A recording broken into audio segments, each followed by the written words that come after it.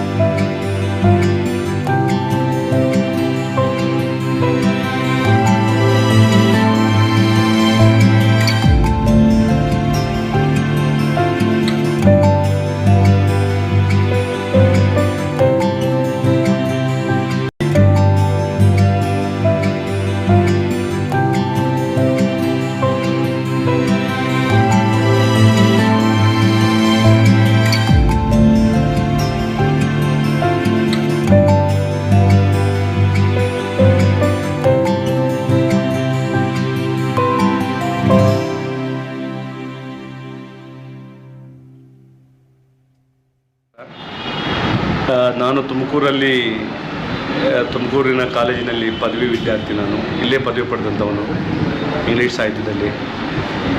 ಈ ಜಿಲ್ಲೆಗೆ ಉಪನಿರ್ದೇಶಕನಾಗಿ ಬಂದಿದ್ದು, ನಾನು ಓದಿದ ಜಿಲ್ಲೆಗೆ ಬಂದಿರುವಂಥದ್ದು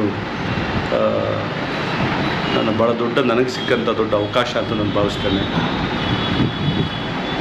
ಬಂದು ಒಂದು ತಿಂಗಳಾಗಿದೆ ನಾನು ರಿಪೋರ್ಟ್ ಮಾಡ್ಕೊಂಡಿದ್ದೇನೆ. ಕರ್ನಾಟಕದಲ್ಲೇ ಶೈಕ್ಷಣಿಕವಾಗಿ ಒಂದು ದೊಡ್ಡ ಜಿಲ್ಲೆ ತುಮಕೂರು. 300ಕ್ಕೂ ಹೆಚ್ಚಿನ ಕಾಲೇಜುಗಳು ಇಲ್ಲಿ ಓದ್ತಾ ಇದ್ದಾವೆ. ವಿದ್ಯಾಕಾಶಿ, ಸಿದ್ಧಗಂಗೆ, ಸಿದ್ಧಾರ್ಥ ಥರದ ಅನೇಕ ದೊಡ್ಡ ಸಂಸ್ಥೆಗಳು ಇರುವಂಥ ಜಿಲ್ಲೆ ಇದು. ಮೊದಲಿಗೆ ಇಲ್ಲಿ ಉಪನಿರ್ದೇಶಕರ ಕಚೇರಿ ಸರ್ಕಾರಿ ಪದವಿ ಪೂರ್ವ ಕಾಲೇಜಿನ ಪ್ರಿಮೈಸಸ್ಸಲ್ಲಿ ಇತ್ತು. ಆಡಳಿತಾತ್ಮಕ ತುಂಬ ಕಷ್ಟವಾಗ್ತಿತ್ತು ಅದು.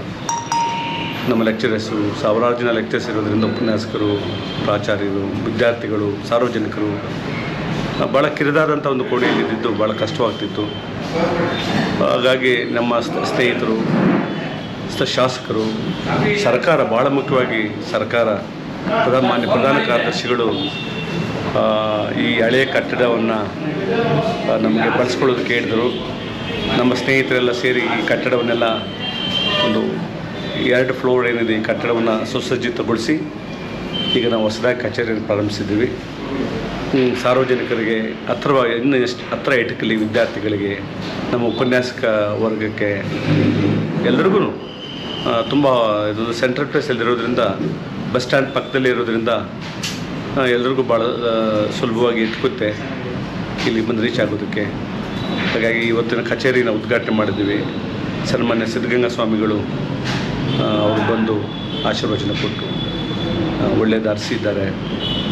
ಇದರ ಜೊತೆಗೆ ಸಮಾಜ ಚಿಂತಕರಾಗಿರುವಂಥ ದೊರೆರಾಜವರು ಸಹ ಈಗ ನಮ್ಮ ಜೊತೆಲಿದ್ದು ಮಾತಾಡಿ ಒಂದಷ್ಟು ಅವರ ನೈತಿಕವಾಗಿ ಭಾಳ ಒಳ್ಳೆಯ ಹೆಸರು ಮಾಡಿರುವಂಥ ಒಬ್ಬ ಉಪನಿರ್ದೇಶಕರು.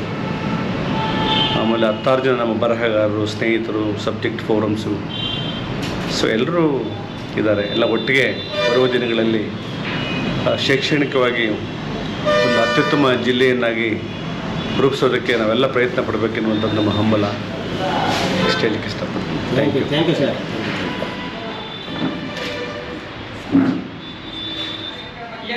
ನಮ್ಮ ಎಲ್ಲ ಕಾಲೇಜಿನ ಪ್ರಾಂಶುಪಾಲರು, ನಮ್ಮ ಪ್ರಾಂಶುಪಾಲರ ಸಂಘದ ಅಧ್ಯಕ್ಷರು, ಕಾರ್ಯದರ್ಶಿಗಳು ಎಲ್ಲ ಬಂದಿದ್ದಾರೆ. ಹಾಗೆ ವಿವಿಧ ಕಾಲೇಜುಗಳಿಂದ ಪ್ರಾಂಶುಪಾಲರುಗಳು ಬಂದಿದ್ದಾರೆ. ಹಾಗೆ ನಿಮಗೆಲ್ಲರಿಗೂ ಸಹ ಈ ಒಂದು ಸಭೆಯ ಪರವಾಗಿ ನಿಮಗೆ ಸ್ವಾಗತವನ್ನು ಬಯಸ್ತಾರೆ. ಏನು ಭಾರಿ ದೊಡ್ಡ ಕೆಲಸ ಮಾಡ್ತೀವಿ ಅಂತೇನು ನಮಗೇನು ಅನಿಸಲ್ಲ. ಒಂದು ಚಿಕ್ಕ ಕೆಲಸ, ಒಂದು ಕಚೇರಿ ಬೇಕಿತ್ತು. ಆ ಕಚೇರಿ ನಮ್ಮ ಕರ್ನಾಟಕ ಸರ್ಕಾರದ ಪ್ರಧಾನ ಕಾರ್ಯದರ್ಶಿಗಳು, ಪ್ರಿನ್ಸಿಪಲ್ ಸೆಕ್ರೆಟರಿ ಅವರು ಹೀಗೆ ವಿಸಿಟ್ ಮಾಡಿದಾಗ ಯು ಇಲಾಖೆಗೆ ಒಂದು ಆಫೀಸ್ ಇಲ್ಲ ಅಂತ ಗಮನಕ್ಕೆ ಬಂದು, ಇಲ್ಲ ಇದು ಗ್ರಂಥಾಲಯ ಇಲಾಖೆಗೆ ಒಂದು ಪತ್ರ ಸರ್ಕಾರದ ಆದೇಶ ಮಾಡಿದ್ರು. ಏನಂತ, ಇದನ್ನು ಪದವಿ ಪೂರ್ವ ಶಿಕ್ಷಣ ಇಲಾಖೆ ಕೊಡಿ ಅಂತ. ಇಲ್ಲಾಂದ್ರೆ ಸಲುವಾಗಿ ನಾವು ತಗೊಳ್ಳೋಕ್ಕೂ ಆಗ್ತಿರಲಿಲ್ಲ. ಅದಕ್ಕೆ ನಾನು ಪ್ರಧಾನ ಕಾರ್ಯದರ್ಶಿಗಳನ್ನು ಅವರ ನಿಜವಾದ ನಾನು ಅವ್ರನ್ನ ಈ ಸಂದರ್ಭದಲ್ಲಿ ಅವರಿಗೆ ನಾನು ನಿಮ್ಮೆಲ್ಲರ ಪರವಾಗಿ ಧನ್ಯವಾದಗಳನ್ನು ಹೇಳಲಿಕ್ಕೆ ಇಷ್ಟಪಡ್ತೀನಿ. ತಕ್ಷಣ ನಾವು ತಡಾನೇ ಮಾಡಲಿಲ್ಲ. ಇಲ್ಲಿಗೆ ಬಂದಾಗ ತುಂಬ ಈ ಫರ್ನಿಚರ್ ಎಲ್ಲ ತುಂಬಿದ್ದಿದ್ದು, ಒಂದು 2-3 ಲಾರಿ ಆದಷ್ಟು. ನಮ್ಮ MS ಕಾಲೇಜಿನ ಮಲ್ಲಪ್ಪ ಅವ್ರನ್ನ ಕರೆಸಿ ಅಲ್ಲಿ ಒಂದು ಸಣ್ಣ ರೂಮ್ಗೆ ಬುಕ್ಸ್ ಎಲ್ಲ ಶಿಫ್ಟ್ ಮಾಡಿಸಿ ಇದ್ದಂಥ ಎಲ್ಲ ಫರ್ನಿಚರ್ಸ್ನ ಇಲ್ಲಿ ಕೆಳಗಡೆ ಸೆಲ್ಲಾರಲ್ಲಿ ಲೈಬ್ರರಿ ಕೆಳಗಡೆ ಹಾಕಿಸಿ ಇದಕ್ಕೆ ಶುರು ಮಾಡಿದ್ವಿ.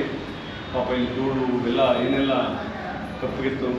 ನಮ್ಮ ಬಸವರಾಜ್ ಅವರು ವಿಶೇಷವಾಗಿ ಹೇಳ್ತಾರೆ, ನನ್ನ ರಮೇಶ್ ಗುಬ್ಬಿಗೂಡು ಅಂತ ನನ್ನ ಸ್ನೇಹಿತರಲ್ಲಿ ಎಜುಕೇಷನ್ ನಮ್ಮ ಸ್ನೇಹಿತರಲ್ಲಿ ನಿಮಗೆ ಎಲ್ಲ ರೀತಿಯಲ್ಲೂ ಸಹಕಾರ ಕೊಡ್ತಾರೆ.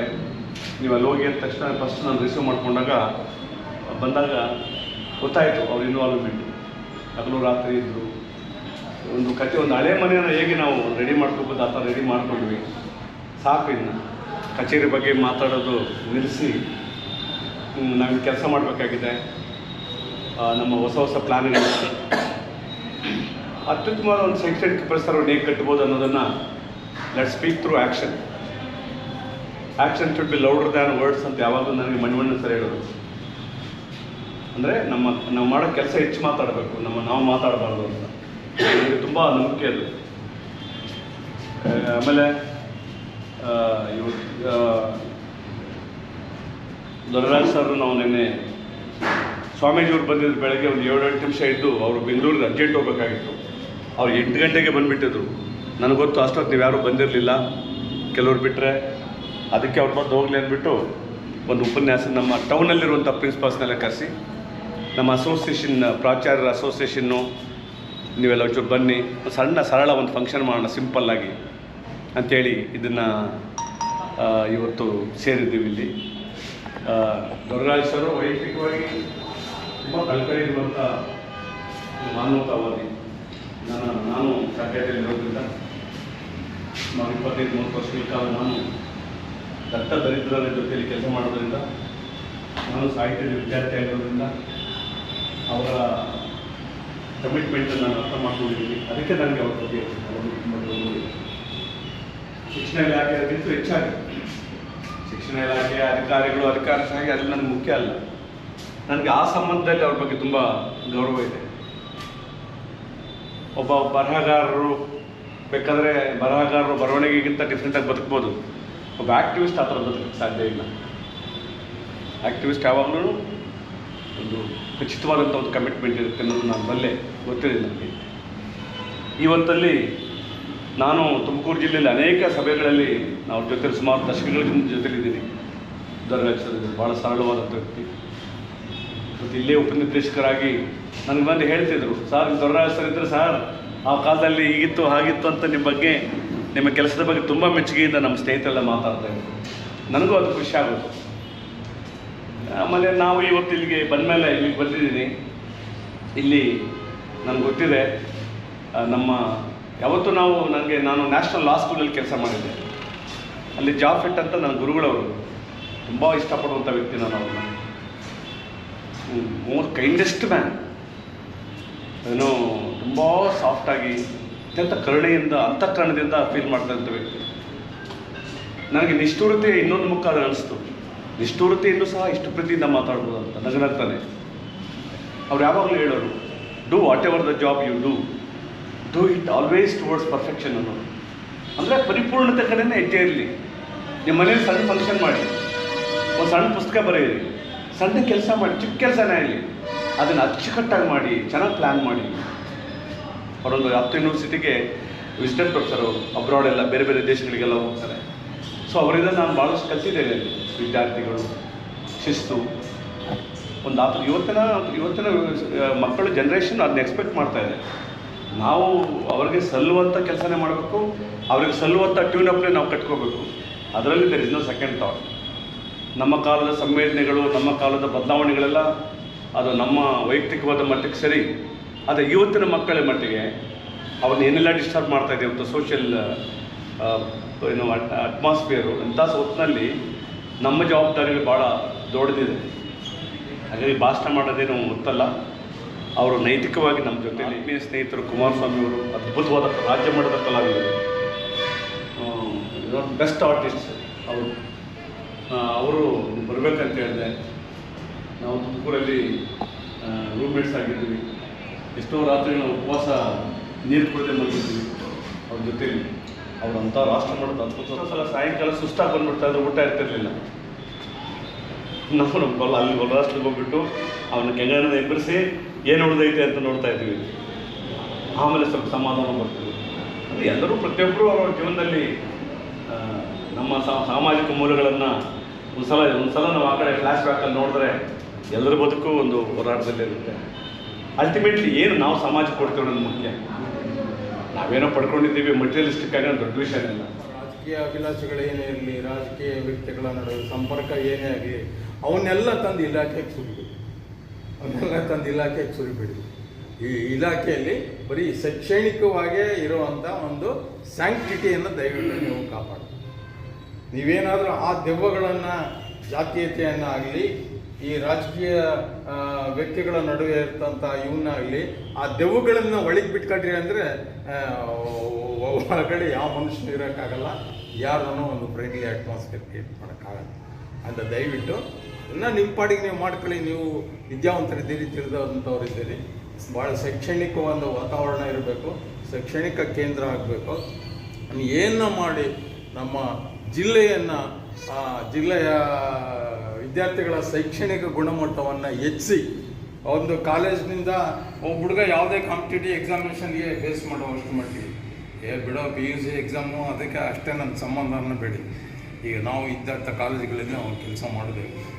ಅವನು ಒಬ್ಬ TCH ಹೋಗ್ತಾನೋ, ಒಬ್ಬ ಇನ್ನೊಬ್ಬ ಏನಾದ್ರು ಕೆಲಸ ಅವನಿಗೆ ಬೇಕಾದಕ್ಕೆ ಹೋಗ್ತಾನೋ, ಯಾವ ಎಕ್ಸಾಮ್ ಕಟ್ತಾನೋ, ಒಂದು ಟೋಟಿ ಪೊಟೆನ್ಸಿ ಅವನಲ್ಲಿ ಬೆಳೆಯೋಷ್ಟರ ಮಟ್ಟಿಗೆ ಮಾಡಿದರೆ ಅದಕ್ಕೊಂದು ಕಾಲೇಜಿಗೆ ಅಸ್ತಿತ್ವ, ನಿಮ್ಮ ಟೀಚರ್ ಕೆಲಸಕ್ಕೊಂದು ಅಸ್ತಿತ್ವ. ಇವೇನೂ ಇಲ್ಲದೆ ಸುಮ್ಮನೆ ಹಿಂಗೆ ಕೈ ತೊಡಿ ಬರೀ ಕ್ವಶನ್ ಆನ್ಸರ್ ಹೇಳ್ಕೊಳ್ಸಿದ್ರೆ ಅದಕ್ಕೆ ಏನೂ ಪ್ರಯೋಜನ ಇಲ್ಲ. ಆ ಕೆಲಸ ನೀವು ಮಾಡದೆ ನೀವು ಮನೆ ಕಂಡ್ರೂ ಅವನ್ನೆಲ್ಲ ಗೈಡ್ ಓದ್ಕೋತಾರೆ, ಪಾಸ್ ಮಾಡ್ಕೊಂಡು. ದಯವಿಟ್ಟು ಆ ಥರ ಒಂದು ಟೋಟಿ ಸ್ಟೂಡೆಂಟ್ಸನ್ನು ಮುಂದೆ ತರುವಂಥ ಕೆಲಸವನ್ನು ಮಾಡಿ ಇಲಾಖೆಯನ್ನು ಅಪ್ಗ್ರೇಡ್ ಮಾಡಿ. ಅದ್ರ ಜೊತೆ ಇಲಾಖೆ ಅಪ್ಗ್ರೇಡ್ ಆಗ್ತದೆ ಅಂದರೆ ನಾನು ಅಪ್ಗ್ರೇಡ್ ಆಗ್ತಾ ಇದ್ದೀನಿ, ನನ್ನ ಘನತೆ ಜಾಸ್ತಿ ಆಗ್ತದೆ. ಒಳ್ಳೆಯ ವಾತಾವರಣ ಸಿಗುತ್ತೋ, ಫ್ರೀ ಮೈಂಡಲ್ಲಿ ಕೆಲಸ ಮಾಡಿದಾಗ ಹೆಚ್ಚು ಕೆಲಸ ಮಾಡೋದಕ್ಕೆ ಒಂದು ಅವಕಾಶ ಸಿಗುತ್ತೆ. ಸೊ ಅಂಥ ಅವಕಾಶವನ್ನು ಭಾಳ ದಿನಗಳಿಂದ ನಾವು ನಿರೀಕ್ಷೆ ಮಾಡ್ತಾ ಇದ್ವಿ.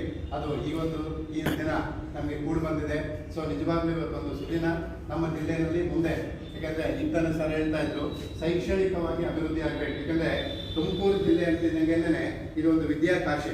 ನಮ್ಮ ಪರೀಕ್ಷೆ ಗುಣಮಟ್ಟ ಕೊನೆಯಲ್ಲಿರೋದ್ರಿಂದ 24ನೇ ಸ್ಥಾನದಲ್ಲಿದೆ. ಸೊ ಅದನ್ನು ಆದಷ್ಟು ನಾವು 10ನೇ ಸ್ಥಾನದೊಳಗಡೆ ಈ ವರ್ಷ ತರ್ತೀವಿ ಅಂತಕ್ಕಂಥ ಒಂದು ಭರವಸೆಯನ್ನು ಕೊಡ್ತಾ, ಸೊ ಇವತ್ತು ಏನು ಕಚೇರಿ ಉದ್ಘಾಟನೆ ಆಗಿದೆ, ಆ ಕಚೇರಿ ಉದ್ಘಾಟನೆಗೆ ವಿಶೇಷವಾಗಿ ನಾನು ಉಪನಿರ್ದೇಶಕರಿಗೆ ಮತ್ತೆ ಸಿಬ್ಬಂದಿ ಅವರಿಗೆ ಅಭಿನಂದನೆಗಳನ್ನು. ಇಡೀ ತುಮಕೂರಿಗೆ art of the city place ಇದು. ಈ ಎಲ್ಲ ಬಸ್ ಸ್ಟ್ಯಾಂಡಿಂದ ಬರತಕ್ಕಂಥವ್ರು ಇಳಿಯೋದು ಹತ್ತೋದಕ್ಕೆ, ಮತ್ತೆ ಪಾವಗಡಿಂದ ಬರತಕ್ಕಂಥವ್ರು ಇವರಿಗೆ ತುಂಬ ಅನುಕೂಲ. ಮತ್ತೆ ಇನ್ನೊಂದೇನಪ್ಪ ಅಂದರೆ ನನಗೆ ಸಂತೋಷ ಆಗಿದ್ದು, ಇಲ್ಲಿ ಪ್ರಿನ್ಸಿಪಾಲ್ಗಳು, ಲೆಕ್ಚರರ್ಸ್ ತುಂಬ ಜನ PhD ಮಾಡಿದ್ದಾರೆ, ಸೀನಿಯರ್ಸ್ ಇದ್ದಾರೆ. ಏನಾರ ಒಂದು ಕೆಲಸಕ್ಕೆ ಆಫೀಸಿಗೆ ಬಂದರೆ ನೀವು ಯಾರು ಬೇಜಾರು ಮಾಡ್ಕೋಬೇಡಿ. ಹಿಂದೆ ನಾನು ಹೇಳ್ತಿರೋದು ಒಂದು ಸಪಾನೆ ಟೈಮ್ದು ನಿಂತ್ಕೊಂಡು ಗಂಟೆ ಇನ್ನೊಂದ್ಸರಿ ಬರಬೇಕು, ಆ ಮೂಮೆಂಟೇ ಆಗ್ತಿರ್ಲಿಲ್ಲ. ಫೈಲುಗಳು ಅವೆಲ್ಲ ಅಲ್ಲೆಲ್ಲ ಅವನು ನಿದ್ದೆ ಹೋಗ್ತಿರೋವು. ಈಗ ಸಾರ್ ಬಂದಮೇಲೆ ಬರೆದು ಮುಗಿಸಿ ಸಾರ್ ಬಂದಮೇಲೆ 5 ಜನ ಡೆಪ್ರೆಷನ್ ಮಾಡಿಸ್ಕೊಂಡ್ರು, ಕಂಪ್ಯೂಟರ್ ಜ್ಞಾನ ಗೊತ್ತಿರೋರನ್ನ. ಮತ್ತು ಈಗ ಅವ್ರ ಲಾಗಿನ್ಗೆ ಬರಂಗೆ ಮಾಡ್ಕೊಂಡಿದ್ದಾರೆ. ಫೈಲ್ ಮೂಮೆಂಟು ಯಾವುದು ನಿಲ್ಬಾರ್ದು, ಬೇಗ ಆಗಬೇಕು. ಮಾರ್ಕ್ಸ್ಗಳಿಗೆ ಸಂಬಳದಲ್ಲೇ ಜೀವನ ಮಾಡೋದವರು ಅನ್ನತಕ್ಕಂಥ ಮಾತನ್ನು ಹೇಳೋದ್ರ ಮೂಲಕ ಈಗ ಸುಲಲಿತವಾಗಿ ಫೈಲ್ಗಳು ಮೂಮೆಂಟ್ ಎಲ್ಲ ನಡೀತಾ ಇದೆ. ತುಂಬ ಸಂತೋಷ. ಮಾತಾಡಿದ್ರು, ನೀವು ಯಾರೋ ಬರಬೇಡಿ, ನನ್ನ ನಂಬರ್ ತಗೊಂಡು ಫೋನ್ ಮಾಡಿ, ಯಾವುದಾದ್ರೂ ಬಾಕಿ ಇದ್ರೆ ನಾನು ಅಟೆಂಡ್ ಮಾಡ್ತೀನಿ ಅಂತೇಳಿ. ಅದು ಒಂದು ಇಚ್ಛಾಶಕ್ತಿ. ನಮಗೂ ಒಂಥರ ಬರೋದಕ್ಕೆ, ಅವ್ರನ್ನ ಮಾತಾಡ್ಸೋದಕ್ಕೆ ಸಂತೋಷ ಆಗುತ್ತೆ. ಮತ್ತು ಸಂಪನ್ಮೂಲ ವ್ಯಕ್ತಿ, ವಿಚಾರವಂತರು, ಹೋರಾಟಗಳಿಂದ ಬಂದಿರೋರು. ನಾನು ಅವರ ಬುಕ್ಸು ನೋಡಿದೆ. ವಿಧಾನಸೌಧದಲ್ಲಿ ಇದಕ್ಕೆ ಇದಾಗಿದ್ದಾಗ ಸುಮಾರು ಮೈಕ್ರೋ ಮೈನಾರಿಟೀಸ್ ಬಗ್ಗೆ 10 ಬುಕ್ಕಿಗೆ ಅವ್ರ ಸಂಪಾದಕರು ಅವರು. ಈಗಲೂ ಭಾನುವಾರ ಒಂದು ನಾಟಕ ಇದೆ ಅವ್ರದ್ದು ಹೊಸಕೋಟೆನಲ್ಲಿ, ಅವರೇ ಬರೆದಿದ್ದಾರೆ, ಡ್ರಾಮಾ. ಮತ್ತು ಈ ಥರ ಎಲ್ಲ ಕ್ಷೇತ್ರಗಳಲ್ಲೂ ಮೇಕೆ ಥರ ಅವರು ಎಲ್ಲ ಸೊಪ್ಪುಗಳು ಆಡು ಮುಟ್ಟದ ಸೊಪ್ಪಿಲ್ಲ ಅನ್ನೋ ಥರ ಎಲ್ಲ ಕ್ಷೇತ್ರಗಳಲ್ಲೂ ತಿಳ್ಕೊಂಡಿದ್ದಾರೆ. ಶ್ರಮದಿಂದ ಬಂದಿದ್ದಾರೆ. ಈ ಶ್ರಮದಿಂದ ಯಾರು ಬಂದಿರ್ತಾರೆ, ಹೆಸರು ಮೆತ್ಕೊಂಡು ಹಾಸ್ಟೆಲ್ಗಳಲ್ಲಿ ಊಟ ಮಾಡಿಕೊಂಡು ಎಲ್ಲ ಜೊತೆ ಬೆರೆತು ಅವ್ರಿಗೆ ಎಲ್ಲ ಕಷ್ಟನೂ ಗೊತ್ತಿರುತ್ತೆ. ಬಹಳಷ್ಟು ಮಕ್ಕಳು ಅನೇಕ ನಿರೀಕ್ಷೆಗಳನ್ನು ಇಟ್ಟುಕೊಂಡು ನಮ್ಮ ಕಾಲೇಜುಗಳಿಗೆ ಸೇರ್ತಾರೆ. ಪ್ರಾಂಶುಪಾಲರಾದಂಥವನು, ಉಪನ್ಯಾಸಕನಾದಂಥವನು ತನಗೆ ಕೊಡ್ತಕ್ಕಂಥ ಸಂಬಳದ ಬಗ್ಗೆ ಆತ್ಮವಿಮರ್ಶೆ ಮಾಡ್ಕೊಳ್ತಾ ಮಕ್ಕಳಿಗೆ ನ್ಯಾಯ ಕೊಡಲಿಲ್ಲ ಅಂತಂದರೆ ಎಲ್ಲೋ ಒಂದು ಕಡೆ ನಾವು ಸಮಾಜಕ್ಕೆ ದ್ರೋಹ ಮಾಡಿದಂತೆ ಆಗುತ್ತೆ. ಆ ಒಂದು ಆಲೋಚನೆ ಇಟ್ಕೊಂಡು ಎಲ್ಲ ಉಪನ್ಯಾಸಕರಲ್ಲಿ, ಎಲ್ಲ ಪ್ರಾಂಶುಪಾಲರಲ್ಲಿ ಜಾಗೃತಿ ಮೂಡಿಸ್ತಕ್ಕಂಥ ಕೆಲಸವನ್ನು ನಮ್ಮ ಉಪನಿರ್ದೇಶಕರು ಡಾಕ್ಟರ್ ಬಾಲಕುಮೂರ್ತಿಯವರು ಮಾಡಿದ್ದಾರೆ. ನಿಜಕ್ಕೂ ಸಮೇತ ಅದು ನಾವೆಲ್ಲರೂ ಸಮೇತ ಅತ್ಯಂತ ಪ್ರೀತಿಯಿಂದ ಸ್ವಾಗತಿಸಬೇಕಾಗಿರ್ತಕ್ಕಂಥ ಅಂಶ ಅಂತಕ್ಕಂಥ ಮಾತುಗಳನ್ನು ಹೇಳಿ